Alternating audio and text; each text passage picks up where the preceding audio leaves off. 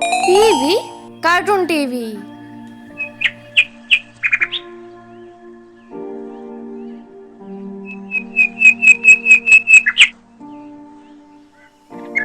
शालू आज बहुत दुखी है।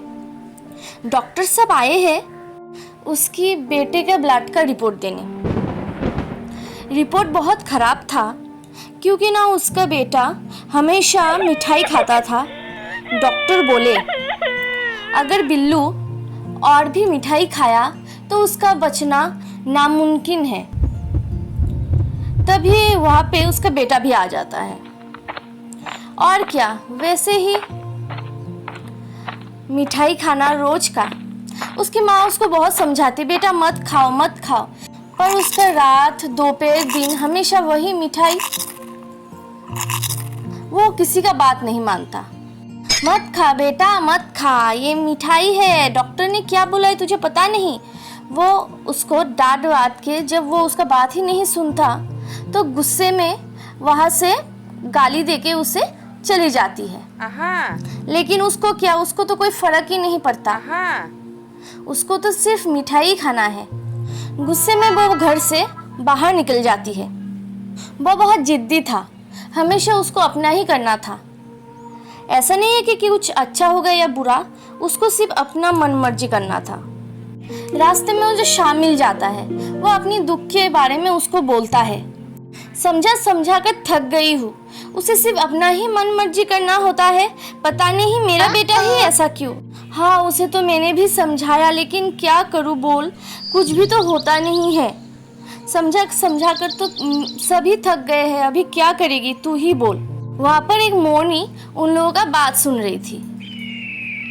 तभी उसका दोस्त जाने के बाद वो उधर आई और बोली क्या हुआ। तो वो अपना दुख के बारे में शालू ने उसको बताया।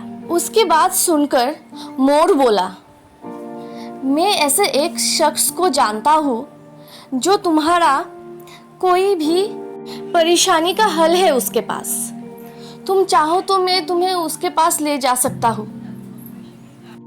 शालू मोर की बात सुनकर वो अपने बेटे को लेके उस साधु मुनि के पास चली जाती है।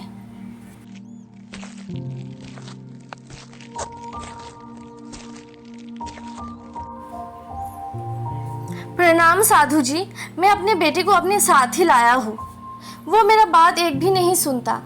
हे बेटी, मुझे पता है तुम्हारा दुख का कारण। एक काम करना, आज से 1 महीने बाद तुम अपने बेटे को मेरे पास लेके आना, मैं तभी उसका उपचार करूँगा।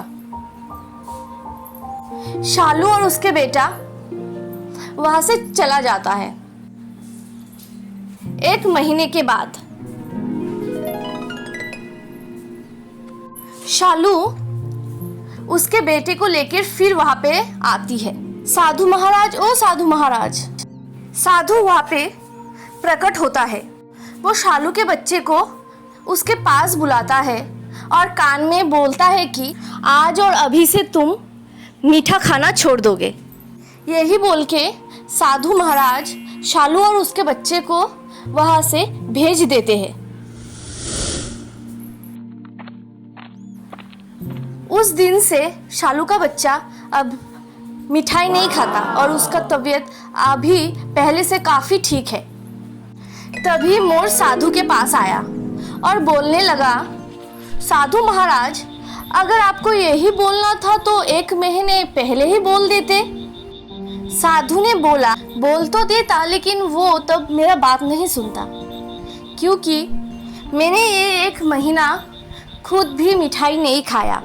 अगर मैं भी मिठाई खाके उसको खाने के लिए मना करती तो ये नाइंसाफ़ी होता। इसलिए दूसरों को बोलने से पहले खुद भी वो काम करना चाहिए जो हम दूसरों को करने के लिए मना कर रहे हैं या करने के लिए बोल रहे हैं। अगर वो काम हम खुद ही नहीं कर सकते तो दूसरों को भी बोल नहीं सकते। Please like, share and subscribe my channel.